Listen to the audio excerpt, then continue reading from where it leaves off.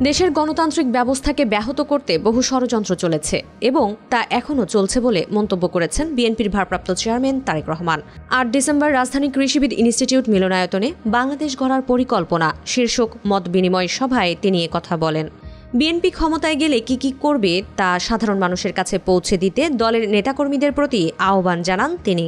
সৎ মানুষের শাসন দিব, আমরা দেশে ন্যায় বিচার উপস্থাপন করব, আমরা দেশে এই করবো, এইসব ভেগ টার্মে অনেকের অনেক বক্তব্য আছে অনেক রাজনৈতিক দলের, বাট মানুষকে টাচ করে, মানুষের জীবনকে স্পর্শ করে, মানুষের জীবনকে গড়ে তোলে, এইরকম প্রিসাইজ আলোচনা আর কোন রাজনৈতিক দল করেছে? তারা তাদের রাজনৈতিক বিষয়ে আলোচনা করেছে, তারা তাদের সংগঠনের বিষয়ে আলোচনা করেছে। হ্যাঁ, আমরাও করেছি, আমাদের সাংগঠনিক কর্মসূচি নিয়ে আমরা আলোচনা করেছি ঘন্টার পর ঘন্টা, কিন্তু দেশ নিয়ে, দেশের শিক্ষা, দেশের কৃষি, দেশের নারী সমাজ, দেশের কৃষক, এইরকম সবগুলো সমাজ, স্বাস্থ্য ব্যবস্থা, শিক্ষা ব্যবস্থা, এরকম সবগুলো বিষয় নিয়ে চুলচেরা আলোচনা কোন দল করেছে তোমরা ছাড়া?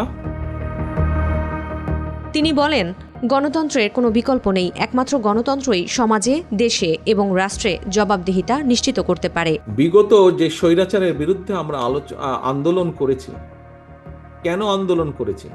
কারণ সেখানে কোনো জবাবদিহিতা ছিল না।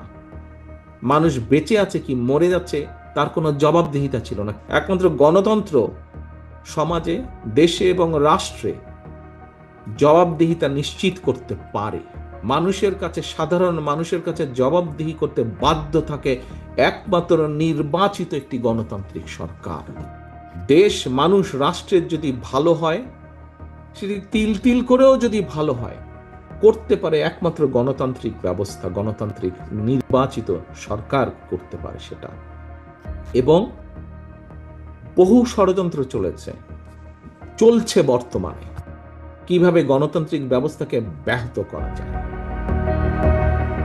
ক্ষমতায় গেলে ফ্যামিলি ও কৃষক কার্ড দেওয়ার কথা বলেন তারেক রহমান। আবারও খাল খনন কর্মসূচি চালু করার কথাও বলেন তিনি। শহীদ রাষ্ট্রপতি জিয়া রহমান যখন খাল খনন করেছিলেন, খাল খনন করার মাধ্যমে উনি একদিকে যেরকম বন্যাকে নিয়ন্ত্রণ করেছিলেন, আরেকদিকে ঠিক একইভাবে ফসলের সেচ ব্যবস্থার উন্নতি ঘটিয়েছিলেন। তার ফলে যেটা হয়েছিল, বাংলাদেশের যেখানে একটি ফসল হতো সেখানে দুটি ফসল হওয়া হলো, শুধু পানি সরবরাহ ঠিকভাবে পাওয়ার জন্য, সেচ সুবিধার জন্য।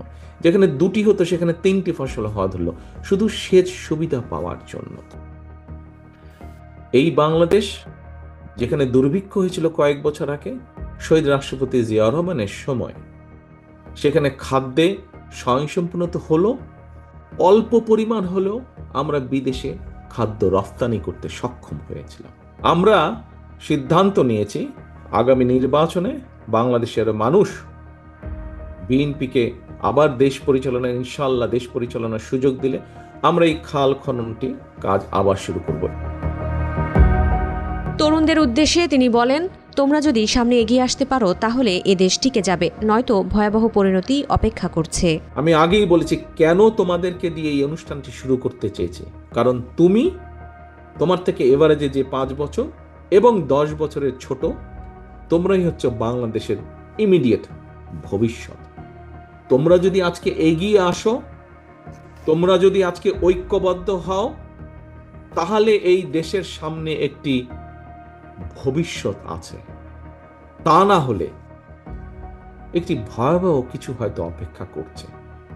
আমরা যদি আজকে ঐক্যবদ্ধ হই, আমরা যদি যে যার অবস্থান থেকে এইগুলোর 40% যদি আমরা করতে পারি, দেশের অবস্থার পরিবর্তন হবে, মানুষের অবস্থার পরিবর্তন হবে। স্বৈরাচারের পতনে ছাত্রদলের নেতাকর্মীরা জীবনের সোনালী সময়ে বিসর্জন দিয়েছে জানিয়ে তাদের অভিনন্দন জানান তারেক রহমান।